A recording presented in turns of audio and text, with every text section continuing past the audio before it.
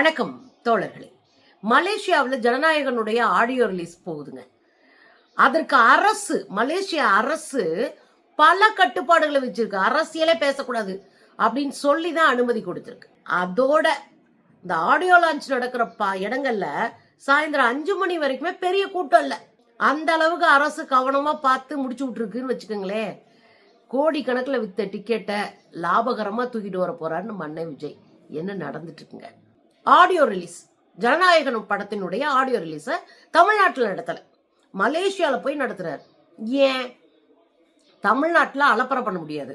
41 பேரை கொண்டிருக்கோம். கொஞ்சம் கூட குற்ற உணர்வு இல்லாம பழிய தூக்கி திமுக மேல போட்டிருக்கோம். இன்னைக்கு வரையும் அவங்கள நேரடியா போய் பார்க்கல. அந்த மக்களுக்கு ஆறுதல் சொல்ல வீட்டுக்கு கூப்பிட்டுருக்கோம். இப்படி பல புகைச்சல் இருக்குங்க. அதனால ஆடியோ ரிலீஸ்ல ஓவரா சத்தம் போட்டு ஊன்னு பண்ணோம்னா, ஆட்டம் பாட்டம் கொண்டாட்டம்னா மக்கள் நாக்கப்படுங்கிற மாதிரி கேட்டுருவாங்க. எதுக்குங்க வம்பு அப்படின்னு தலை தெறிக்க ஓடி போய் தான் மலேசியாவில் இதை ஆரம்பிச்சிருக்காரு, ஆடியோ ரிலீஸ வச்சிருக்கிறார். இல்ல என்னன்னா 80,000 பேர் கூடுவாங்க. அதுலயும் தமிழ் சினிமாவினுடைய முக்கியமான ஆட்கள்லாம் கூப்பிட்டுருக்காராம். தனுஷ கூப்பிட்டுருக்காராம், லோகேஷ் கனகராஜ், அட்லி, நெல்சன் போன்ற இயக்குநர்களையும் கூப்பிட்டுருக்காராம். எதுக்கு ஆடியோ லான்ச்சுக்கு சம்மந்தமே இல்லாத அத்தனை பேரும்? பொதுவாக ஆடியோ லான்ச்னா அந்த படக்குழு இருக்கும், அந்த படத்துல பணியாற்றிய கலைஞர்கள் இருப்பாங்க.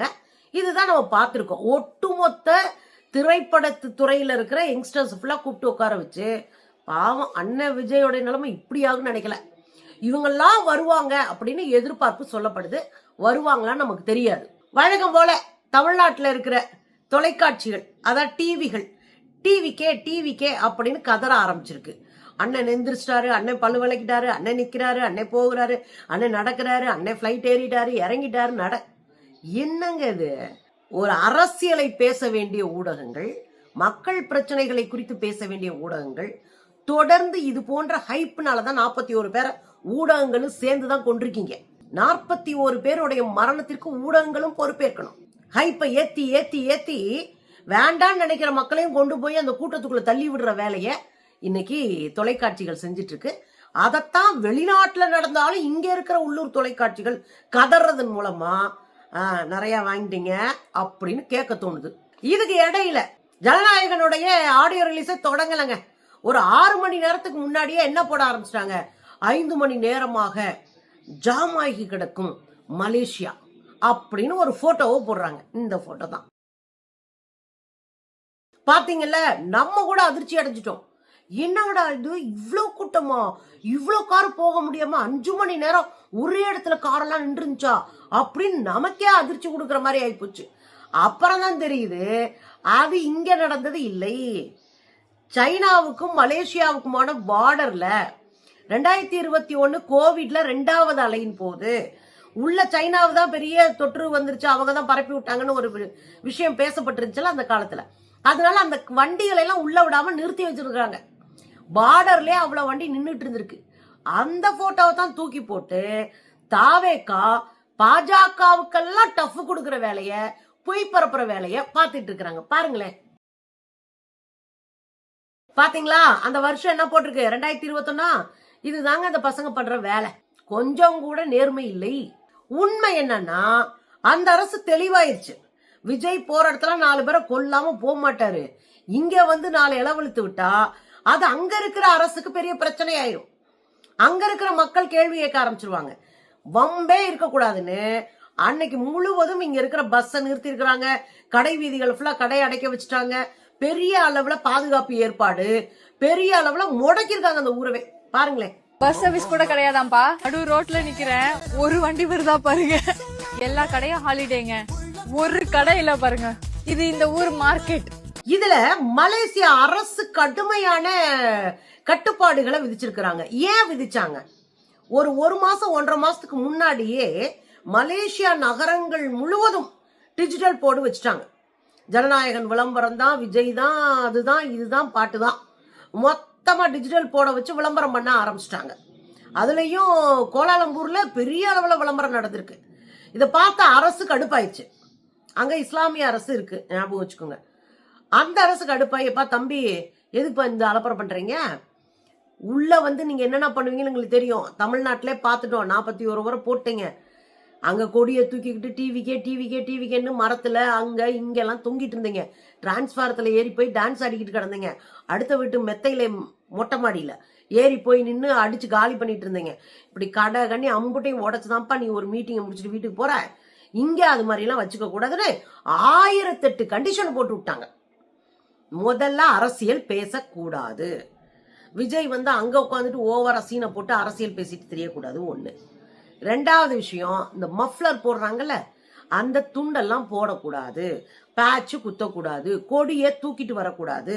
அங்க டிவிக்கேன்னு பேசிட்டு இருந்தீங்கன்னா தூக்கி உள்ள போட்டுருவோம் அப்படின்னு கலவரமான ஒரு கண்டிஷனை போட்டு விட்டாங்க. இதுதான் இந்த பயல்களுக்கு ஏற்கனவே நொந்து நூடுல்ஸ் ஆகி போயிருக்குங்களா, அதே தான் இங்க நடந்து போச்சு. அதுலயும் ஒருத்தன் கேமரா முன்னாடி போய் நின்று டிவிக்கே கொடியை காமிச்சிருக்கேன். இருக்குடி நாளைக்கு உனக்கு தமிழ்நாட்டில் தப்பிச்சுக்கலாங்க, இந்தியாவில் கூட ஏதோ செஞ்சுட்டு தப்பிச்சுக்கலாம், அங்கே மலேசியாலாம் வச்சு செஞ்சிருவாங்க. அதுதான் அங்கேயும் நடந்துட்டு இருக்கு. இதுல கூடுதலான விஷயம் என்ன தெரியுங்களா, டிக்கெட் ப்ரோக்ராம். தமிழ்நாட்டில் ஆடியோ லான்ச்னா அந்த டோக்கன் இருக்கிறவங்க அந்த டிக்கெட் இருக்கிறவங்க உள்ள போய்க்கலாம். இது பணம் வசூல் பண்ணி டிக்கெட் ப்ரோக்ராம். இந்த பணம் வசூல் பண்றது யார், அந்த நிகழ்ச்சி அங்க நடத்துறது யார் அப்படின்னா மாலிக் அப்படின்ற ஒருத்தர் தான். இப்ப மாலிக் தான் அந்த ஒட்டுமொத்த பணத்தை வாங்கிட்டு தயாரிப்பாளர்கள், இந்த படக்குழு, இங்க வர சிறப்பு விருந்தினர் எல்லாருக்குமான டிக்கெட்ஸ், சாப்பாடு, தங்குமிடம் எல்லாத்தையும் அவங்க தான் பாக்குறாங்க. பார்த்துட்டா மிச்சம் ஏங்க 80,000 பேரை கூப்பிடுறாங்கன்றாங்க, 80,000 பேர் வருவாங்கன்னு சொல்றாங்க. 80,000 டிக்கெட் வித்திருந்தா ஒரு டிக்கெட் 1000 எவ்வளவு கோடின்னு பாருங்க, எவ்வளவு கோடின்னு பாருங்க. அம்புட்டு யாருக்கு வரப்போகுது, செலவுகள் போக மிச்ச பணத்தை மாலிக்கும் நம்ம அண்ணாத்த விஜயும் ஆளுக்கு பாதியா பிரிக்க போறாங்க. இதுல ஒரு உண்மையை நம்ம புரிஞ்சுக்கணும். வியாபாரமாகத்தான் விஜய் எல்லாவற்றையும் பார்க்கிறார். சினிமாவை வியாபாரமா தான் பார்க்கணும். ஏன்னா முதல் ஒருத்தர் போடுறாருல, ஆடியோ லான்ச்ல கல்லா கட்டுற ஒரு ஆள் யாரியானா அது நம்ம விஜய் அண்ணன் தான். ஆடியோ லான்ச்ல கூட சம்பாதிக்க போயிடுறாரு. இவர் தான் அரசியல்ல வந்து நேர்மை, நீதி, நியாயம், ஜனநாயகம், தர்மம் இதெல்லாம் பேசிட்டுறாரு. இதுல கூட்டம் அலை மோதுது அப்படின்னாங்க. என்னத்த அலை மோதுச்சு, 5 மணி வரையுமே ஆளை காணா. அதுக்கப்புறம் மேபி வந்திருக்கலாம், பாருங்களேன்.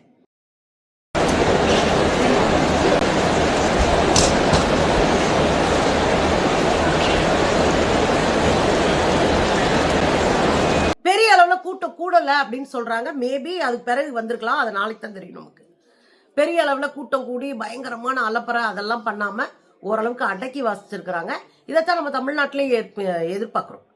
தேவையில்லாம பெருங்கூட்டத்தை கூட்டிட்டு உட்கார வைக்காம நீங்க ஒரு கிரவுண்டை பார்த்து கூட்டம் நடத்துறீங்கன்னா மக்கள் வருவாங்க, உங்க பேச்சை கேட்பாங்க, போயிட்டே இருப்பாங்க, யாருக்கும் பிரச்சனை இருக்காது.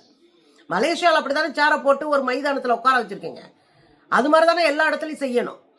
அதுதானே சரியாவும் இருக்கும், அதுதானே யாருக்கும் பிரச்சனை இல்லாம இருக்கும். எல்லாரையும் கரெக்டா அவங்க என்னென்ன பண்றாங்க, என்னென்ன கொண்டு வராங்க செக் பண்ணி உள்ள அனுப்புனாங்கன்னா நீட்டா இருக்குமா இல்லையா?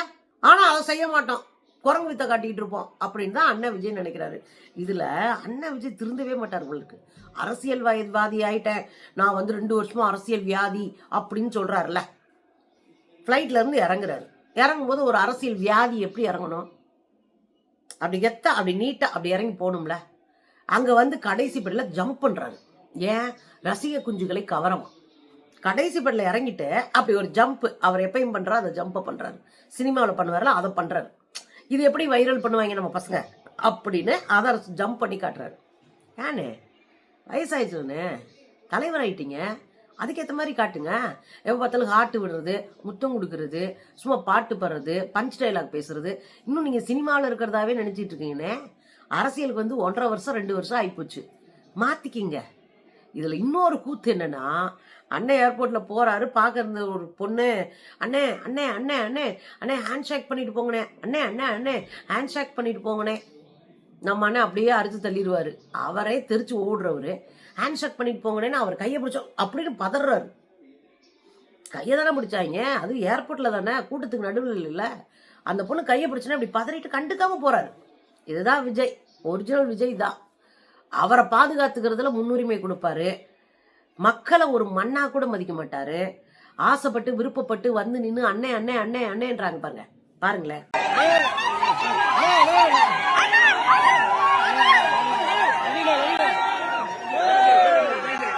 அண்ணே அண்ணே அண்ணே அண்ணேன்னு சொல்றாங்கன்னா என்ன அர்த்தங்க?